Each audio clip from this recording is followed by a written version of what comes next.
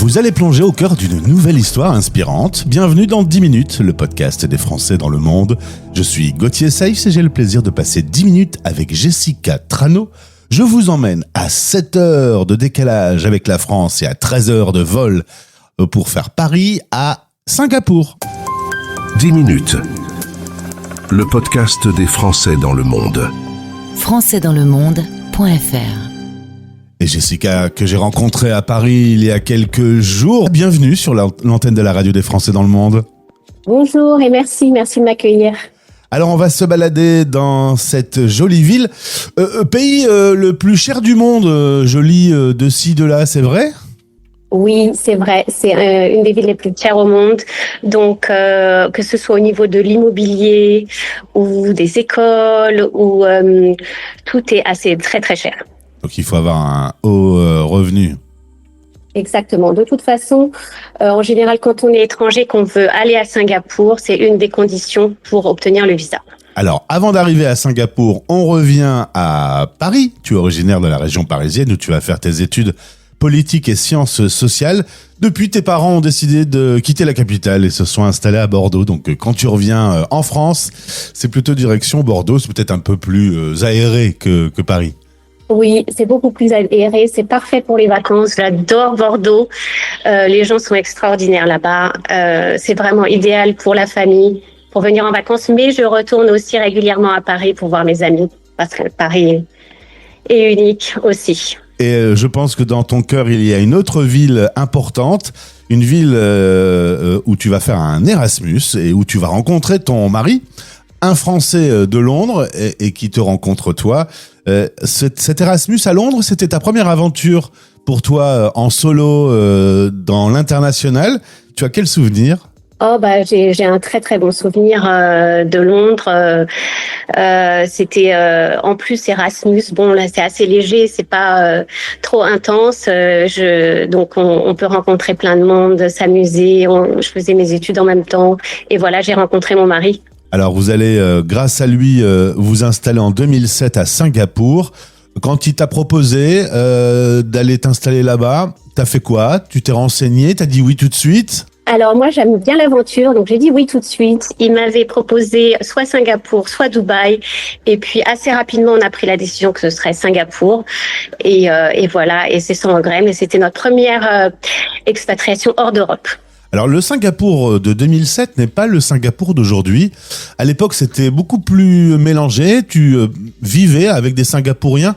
Aujourd'hui, tu m'expliques que c'est plus cloisonné. Il y a les internationaux qui sont à Singapour et les Singapouriens. À l'époque, c'était pas comme ça. Oui, alors c'est mon expérience, mais en discutant avec des amis, je pense que c'était à peu près l'expérience de beaucoup de personnes aussi. En effet, à l'époque,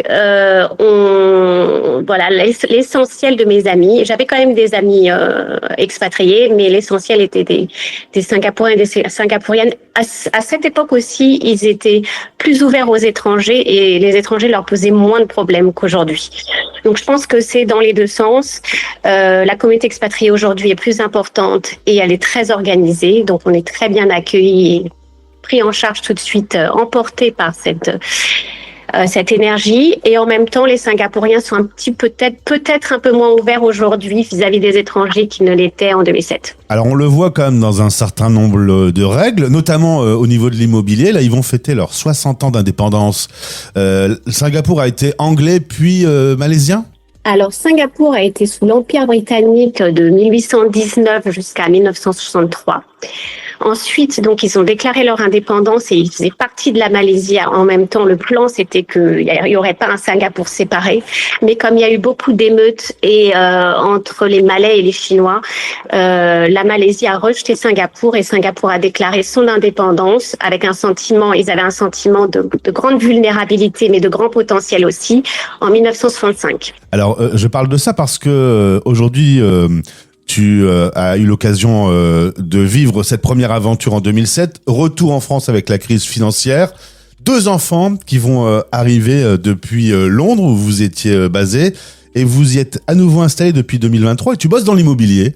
Et justement, l'immobilier a beaucoup changé puisque les internationaux qui veulent acheter un bien depuis 2023 ont 60% d'impôts, ce qui rebute quand même un tout petit peu la démarche. Oui, et exactement. Donc c'est une des mesures qui a été prise par le gouvernement pour modérer ou contenir les hausses des prix dans l'immobilier. Si on est permanent résident ou qu'on est singapourien, on a un impôt quand on achète un bien qui est extrêmement faible, un impôt supplémentaire pour les résidents permanents qui est que de 5%. Mais si on est étranger, on paye 60% d'impôt. Donc pour un bien à 1 million, on paye 1,6 million en plus de la taxe de départ qui est pas très élevée pour le coup. Donc en effet, ça a eu un impact direct sur le nombre d'achats par les étrangers. On est descendu à 1,4% des biens vendus à des internationaux. C'est quoi? C'est donc du protectionnisme finalement? Oui, c'est une forme de protectionnisme. C'est toutes ces mesures qui sont très changeantes. Donc c'est très volatile parce que si le gouvernement sent que ça pose problème pour l'harmonie du pays, que quelque chose est excessif, ils vont tout de suite intervenir. Donc voilà, ça date de 2023, 60%. Bon, là je pense pas du tout que ça puisse diminuer parce que on est une année électorale en 2025. C'est une année électorale et encore une fois, les étrangers font partie, comme un peu partout, des sujets qui posent problème. Tu disais c'est une ville très urbanisée. Il y a beaucoup de voitures et ben les voitures par exemple là aussi pour limiter, il y a une taxe qui coûte un peu bonbon. Exactement. Donc, je crois qu'on est à plus de $100 000 de taxes pour acheter une voiture. Donc, il y a uniquement 20% des Singapouriens qui sont propriétaires d'une voiture. Et c'est encore une fois des mesures pour décourager. Donc, si on veut une belle voiture, on faudrait viser plutôt Dubaï que Singapour. En se promenant dans des photos de Singapour, on voit que c'est en effet donc très très peuplé, mais paradoxalement aussi assez vert. Oui, alors ça fait partie, en fait, celui qui a dirigé Singapour depuis l'indépendance pendant longtemps, qui a beaucoup marqué le pays, s'appelle Lee Kuan Yew. Et c'était une de ces mesures visionnaires phares de mettre des parcs et de planter des arbres absolument partout. Je crois que c'est un des pays où on a le plus planté d'arbres. Donc ils ont dû détruire la jungle pour construire des habitations pour tout ce monde qui était là, mais en même temps ils ont aussi beaucoup planté d'arbres et fait attention à ce que ce soit vert. Donc oui, il y a de très beaux parcs.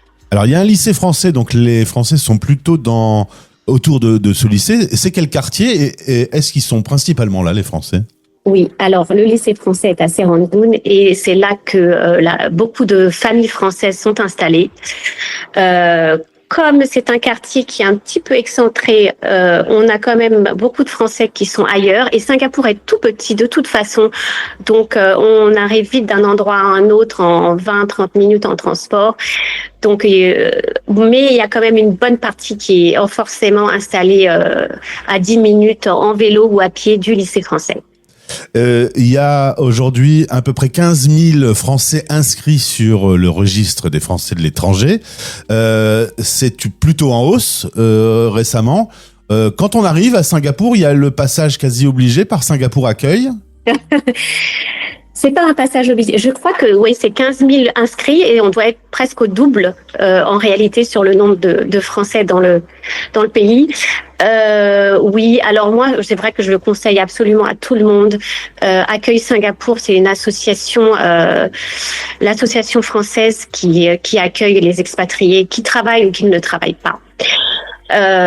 Et qui offre un nombre d'activités extraordinaires et dirigée par une présidente qui a une énergie formidable. Donc oui, je dirais que c'est pour rencontrer des personnes, pour se connecter avec la communauté française et même au-delà, c'est fondamental, je dirais oui. Alors en plus de ton travail dans l'immobilier, tu as aussi une vie associative. Tu travailles notamment pour Friends of the Museum. Oui, alors c'est du bénévolat. Et Friends of the Museum, c'est une association que j'aime beaucoup qui rassemble à la fois des Singapouriens et des personnes à l'international, que ce soit des Indiens, des Américains, des Anglais, des Français, qui ont en commun de s'intéresser à l'histoire, à la culture, à l'art asiatique. Et voilà, donc ça regroupe tous les musées de Singapour et Et c'est autour de ça. Et il y a plein d'activités. Voilà. Donc, je les aide pour trouver des nouveaux membres, pour de la publicité, etc. Je fais un peu de bénévolat avec eux. Aujourd'hui, il y a eu de longues années à Londres et d'autres longues années à Singapour. Comment tu vois l'avenir? Vous avez 2 enfants qui ont maintenant 11 et 14 ans, qui vont à l'école britannique internationale. Oui. Votre vie, vous la voyez à Singapour? Alors, écoute, c'est toujours un sujet de discussion pour tous les expatriés et tout le monde change d'avis assez régulièrement. Donc, nous, on n'a pas de date à laquelle on doit partir de Singapour. Donc, on pourrait rester autant qu'on voudrait, tant qu'on a un travail ici. En tout cas, comme ils sont dans les écoles internationales et que notre aîné, il va passer bientôt les IGCSE, on envisage de rester au moins quelques années pour que ça corresponde à la fin de ces examens. Mais oui, au moins quelques années. Pas dire combien de temps. À voir, à suivre en tout cas. En tout cas, Jessica, merci.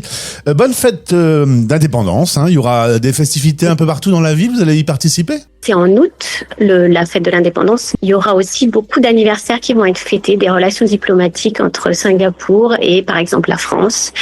Ça tombe, c'est une année assez clé, 2025. Donc oui, les festivités, j'espère pouvoir participer à autant de festivités que possible. Eh bien, amusez-vous bien, récupère bien de ton jet lag et au plaisir de te retrouver, Jessica. Merci, au plaisir, au revoir. Français dans le monde. Vous écoutez La Voix des expats.